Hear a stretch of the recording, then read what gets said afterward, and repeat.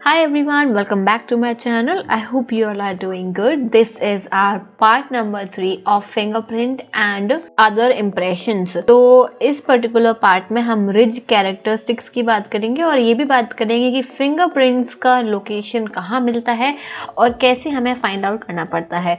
So before starting this video, अगर आपने part 1 और 2 नहीं देखा है तो वो दोनों पार्ट ज़रूर देख लीजिएगा because they are very important. Then you will see part number 3. तो हम स्टार्ट करते हैं. सबसे पहले हम रिज की डेफिनेशन की बात करेंगे. यह हमने लास्ट वीडियो में भी डिस्कस करा था. मैं एक बार और बता देती हूँ कि रिजेस यानी कि जिन्हें हम फ्रिक्शन रिजेस या फिर पैपिलरी रिजेस भी बोलते हैं, these are the elevated stripes of the skin that begin as raised apertures around the pores.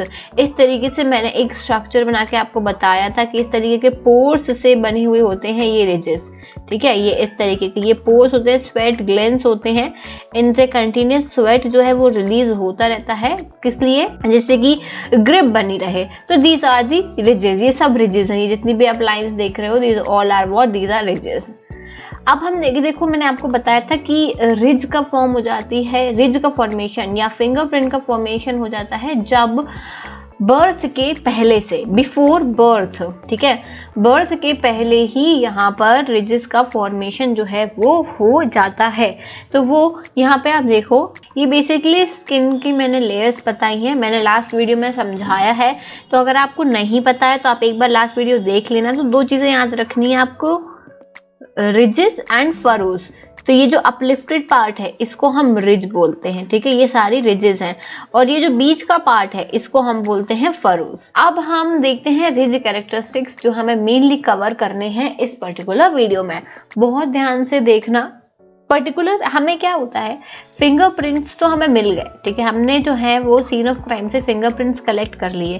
लेकिन हमें अब क्या करना है, हमें उनकी मैचिंग करनी है. तो जब हमें मैचिंग करनी होती है तो हम मैचिंग किस तरीके से करते हैं, पहले हम सबसे पहले पैटर्न देखेंगे कि क्या पैटर्न है.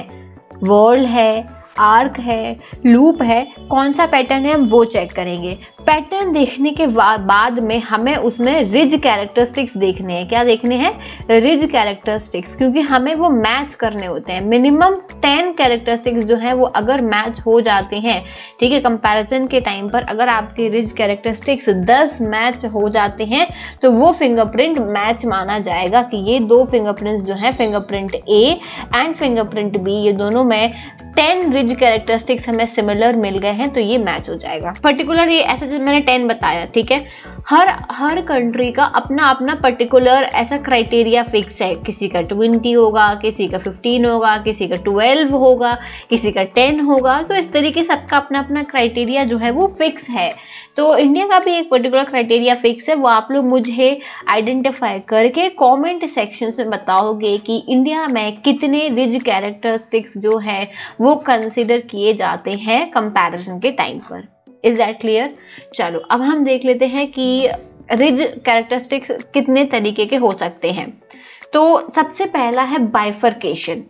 बाइफरकेशन में क्या होता है, इस तरीके का आपको कैरेक्टर देखने मिलेगा. मैं सारे यहाँ पर ड्रॉ करूंगी, मैंने सिर्फ लिख के रखे. बाइफरकेशन यानी कि एक रिज था, उससे डिवाइड होके दो बन गए.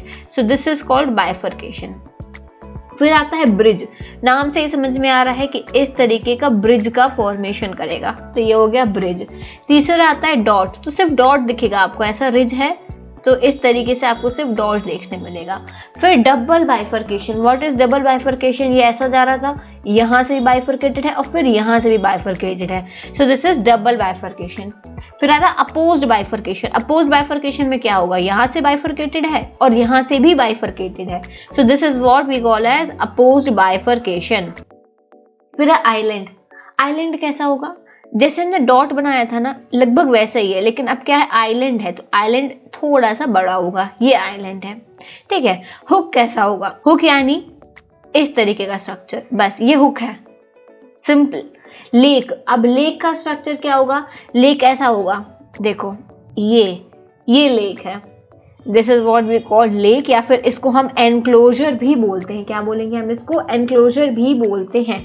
आइलैंड को हम शॉर्ट रिज भी बोलते हैं. क्या बोलेंगे? Short ridge. अब रिज क्रॉसिंग.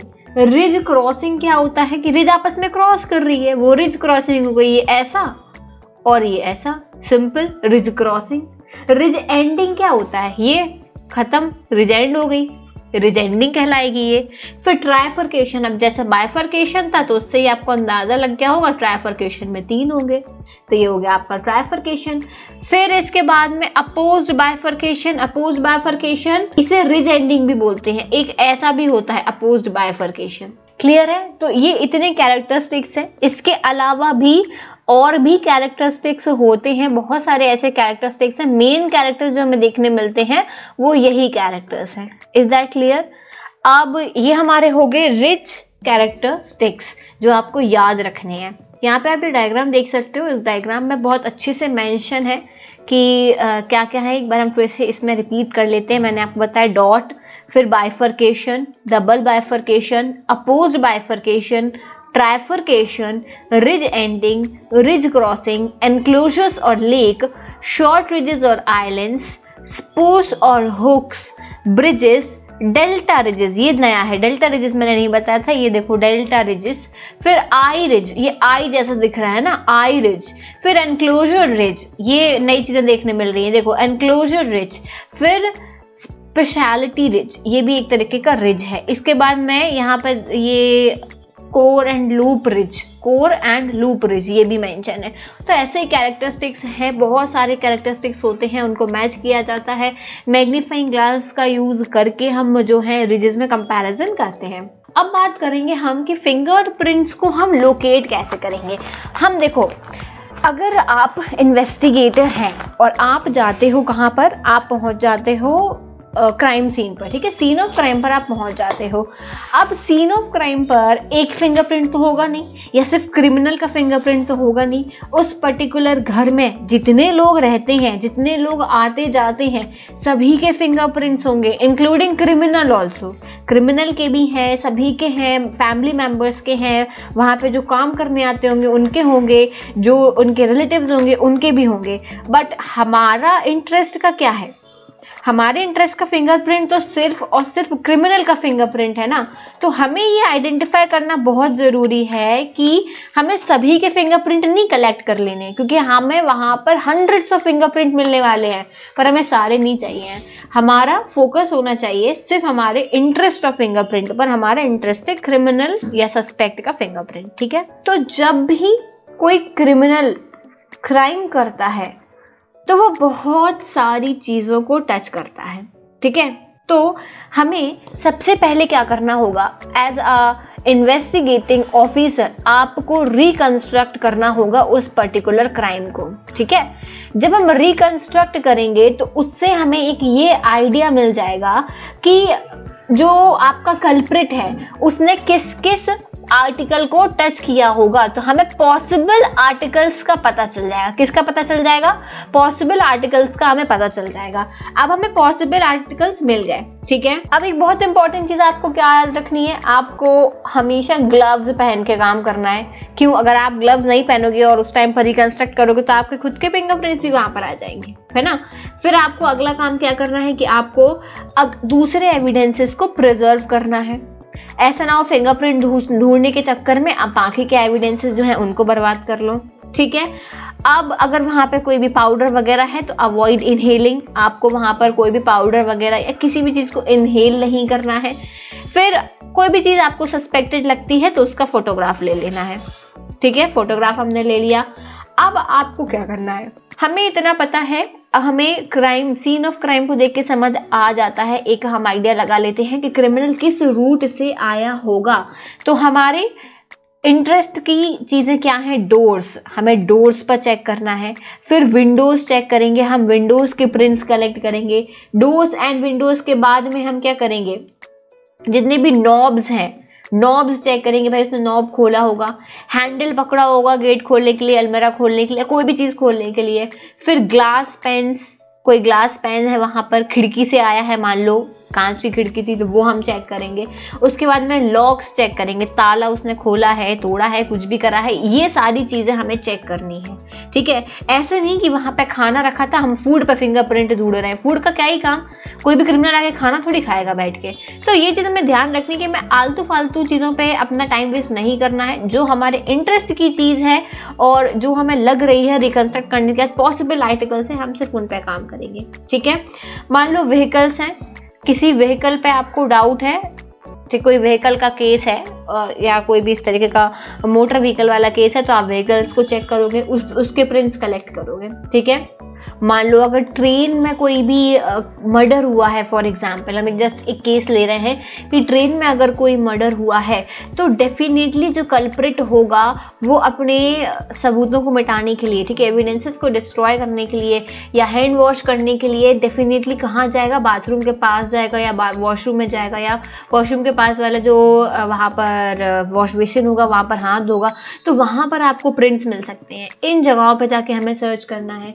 उसके बाद में अगर आपको ऐसा कोई यूटेंसिल दिखता है जो सीन ऑफ क्राइम पर नहीं एक जगह पे होना चाहिए, मान लो मर्डर हुआ है, ठीक है, मर्डर हुआ है और बॉडी के आसपास यूटेंसिल्स पड़े हुए हैं, तो हो सकता है कि जो कल्प्रिट है, ठीक है, कल्प्रिट और विक्टिम के बीच में आपस में कुछ स्ट्रगल हुआ हो जिसकी वजह से इन यूटेंसिल्स पर हाथ लगा हो, उन पर भी प्रिंट्स आ सकते हैं। तो उन यूटेंसिल्स को भी चेक करो प्रिंट्स के लिए।